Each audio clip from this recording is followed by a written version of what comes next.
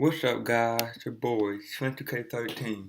Gonna talk about 10 times WWE grossly misread their audience, and this comes from WhatCulture.com. Even though WWE are in the business of making money, something they do quite well even today, Vince McMahon and his group of writing wizards sure don't like to be told what to do. There have been so many examples of WWE pulling the rug out from underneath their own fans, or pushing a wrestler the artist simply doesn't want to see at the top of the card, often at the expense of someone they do, and it's very confusing.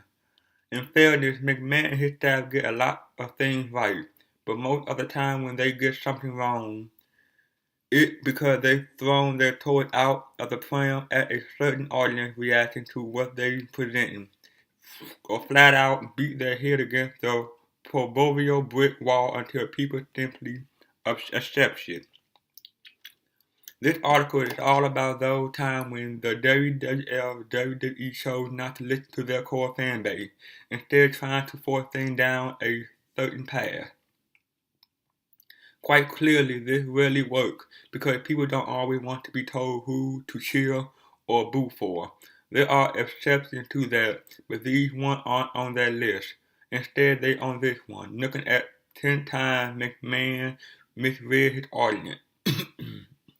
Number 10. Try to make The Rock a white meat babyface. It's easy to see why McMahon and the WWF were so high on Dwayne Johnson. Even in 1996, he was a handsome, well put together young athlete, looking like a modern day version of the likes of Pedro Morel. Johnson was turning to Rocky Maivia, instantly becoming a mid-card babyface. There was only one problem: the fans didn't want that. Pretty much from the moment it became clear that the company was interested in pushing Maivia as a holler than through goody two-shoe style babyface, the audience turned their back on the idea.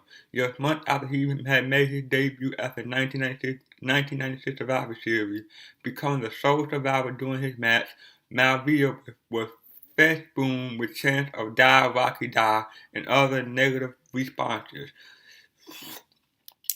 The wrestling audience was changing, but Vince McMahon seemed very determined that Rocky Maivia would be a smiling, happy-go-lucky babyface, one who fans could depend on to always do the right thing. Even in '96, folks didn't always want that shoved in their face. It was false, and they rebelled as a consequence. Eventually, McMahon and his cohort were forced to change tack with Rocky, and he turned heel, instantly become more accepted. Number 9. Using Christian as a make-weight champion.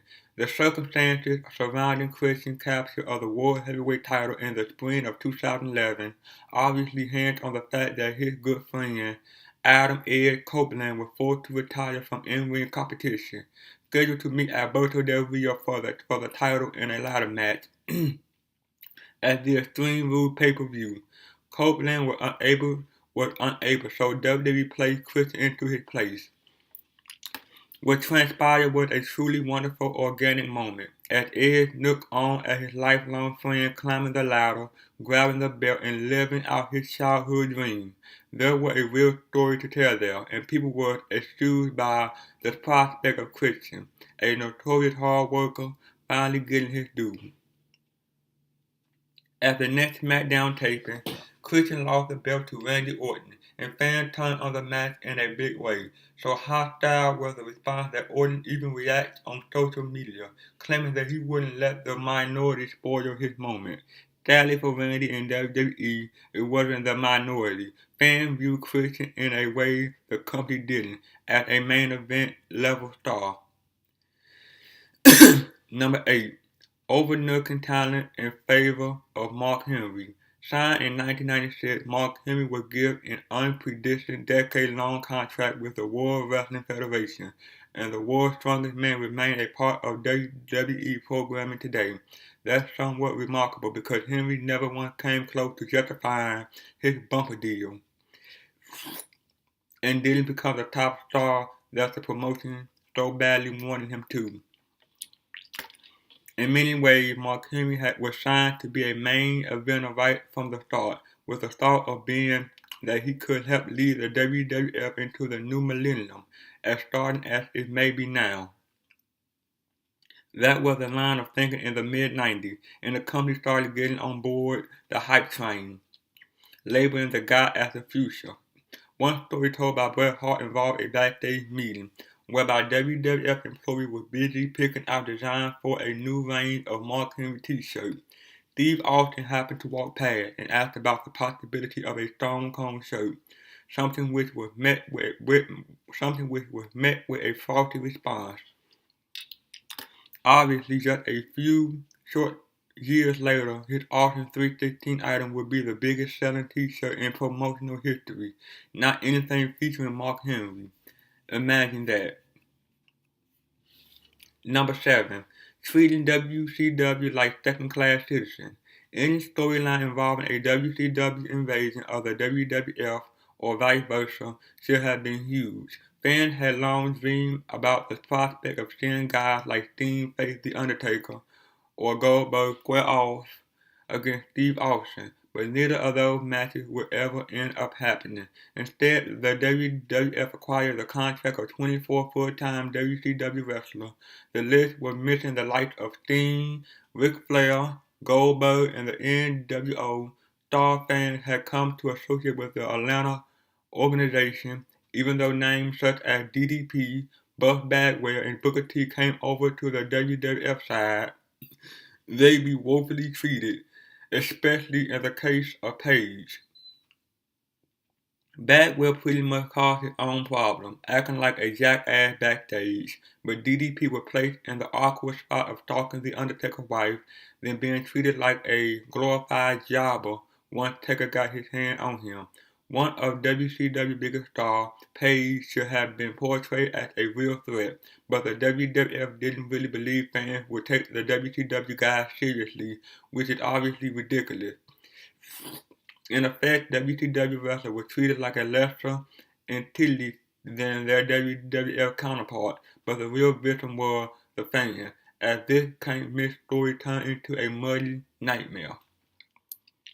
Number 6. Initially ignoring Daniel Bryan as a top star.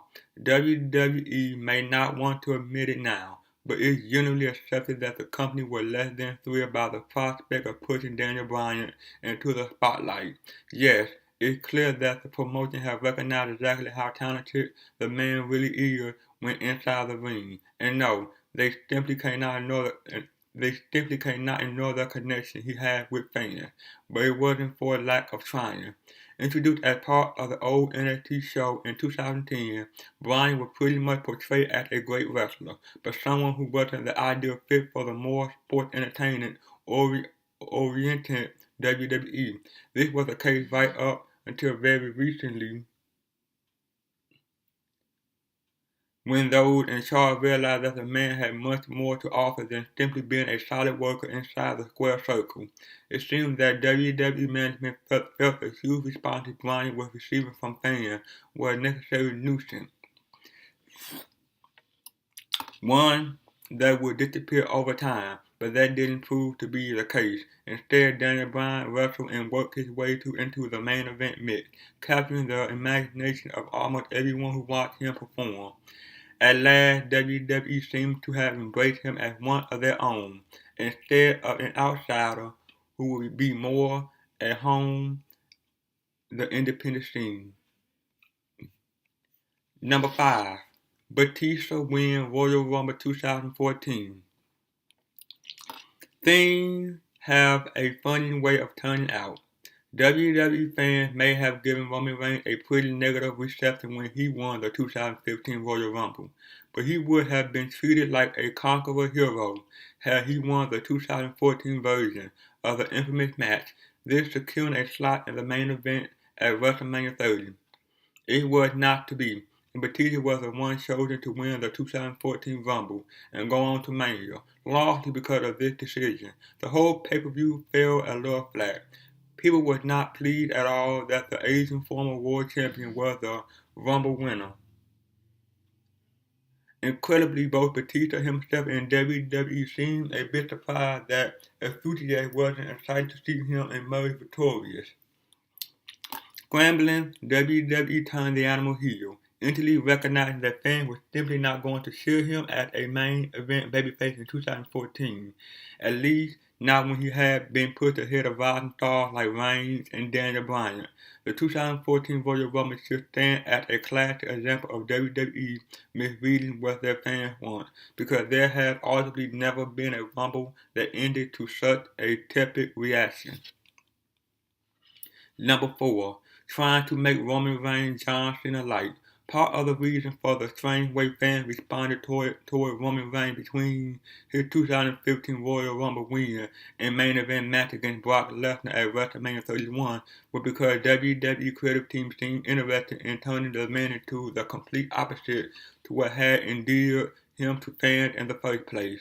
In essence, during this period, Reigns became a pale imitation of the more childlike quality possessed by John Cena, breaking through as part of the Shield alongside both Dean Ambrose and Seth Rollins. Reigns was an ass-kicking machine, a total brute of a man who fans enjoyed watching tear through the competition. In this role, Roman was cool, a badass figure who had a menacing presence and an almighty roar.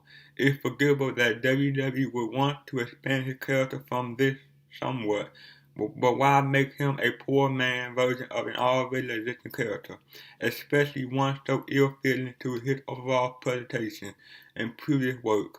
Those awkward smiles, the forced promo, the I'm your hero stick, it doesn't fit Roman Reigns, and that's something fans were only too eager to tell WWE, booing the man more often than cheering him.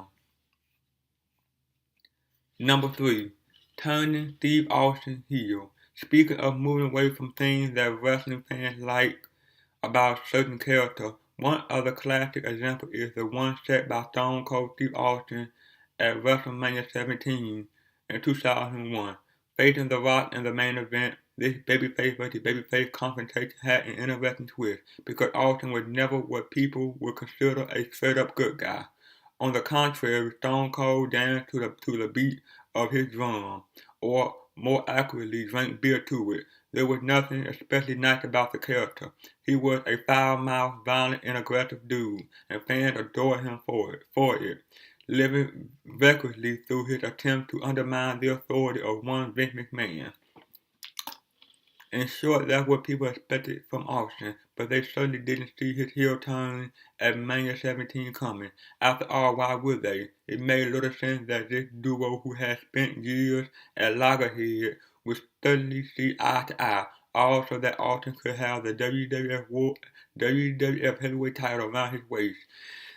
Speaking about the whole thing later, Austin himself said that he wished he'd simply called an audible, giving McMahon the Stone Cold Stunner instead of shaking his hand and sharing a beer with him. Judging by the reaction of the crowd, who still cheer the guy, a lot of fans would have preferred that to happen. Number 2. Making Mabel King of the Ring. The King of the Ring has had a pretty weird history, one extended by the ongoing treatment of the latest king, Wade Barrett. On occasion, the WWF WWE hadn't really done the best they could with those who had won the tournament, meaning winners like Ken Shamrock and Billy Gunn have been largely forgotten about as previous wrestling kings. In 1995, the then WWF was struggling somewhat to create new stars. Probably the only one of any real interest in the entire company were Bret Hart, The Undertaker, Shawn Michaels, and maybe Diesel. So it was clear that something had to be done in order to get more wrestlers up to their level.